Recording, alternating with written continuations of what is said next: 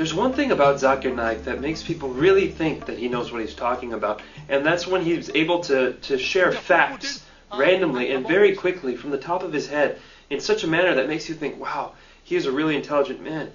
But a friend of mine sat down and went through a 5-minute talk of his once, and in that 5 minutes he was able to make over 25 mistakes.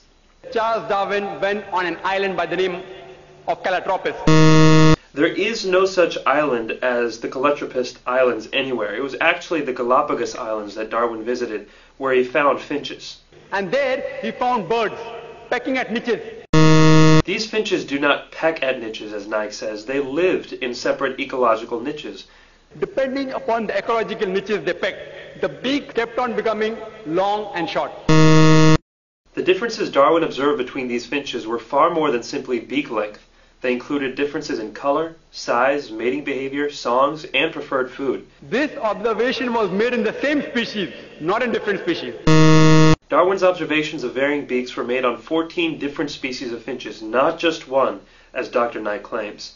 The beak length actually did not vary within the species. Charles Darwin wrote a letter to his friend Thomas Thomson. All of Darwin's published correspondence is printed and even available electronically online, and it contains no record of anyone named Thomas Thrompton. Charles Darwin himself said that there were missing links. He didn't agree with it. Darwin admitted that there were missing links, but that does not mean he disagreed with his own theory. He simply predicted where the missing links would be found. The reason is because that if you analyze the church was against science previously. The church was never against science. Almost all the great European scientists of Galileo's time, including Galileo, were devout Christians. People like Newton, Copernicus, Kepler, Boyle, Linnaeus, Pascal were all committed believers in the Bible. And you know the incident that they sentenced Galileo to death.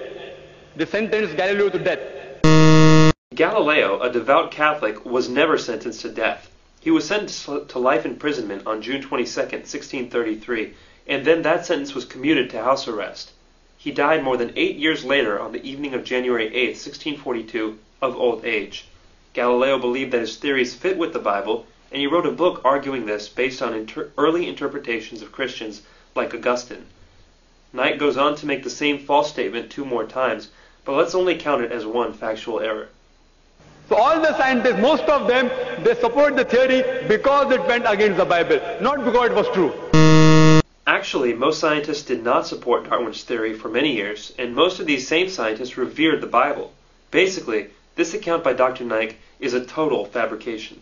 All the sages, Lucy, there were 4 hominids. Everything Dr. Naik says here is wrong. There is no such word as hominids. He must mean hominids. Science tells us that there are 4 hominids. There are not a mere 4 hominids. There are at least 14. First is Lucy, along with its guide, the Australopithecus. There is no such hominid as Dacnopithecus. Lucy was an Australopithecus afarensis, which died about 3.5 million years, the Ice Age.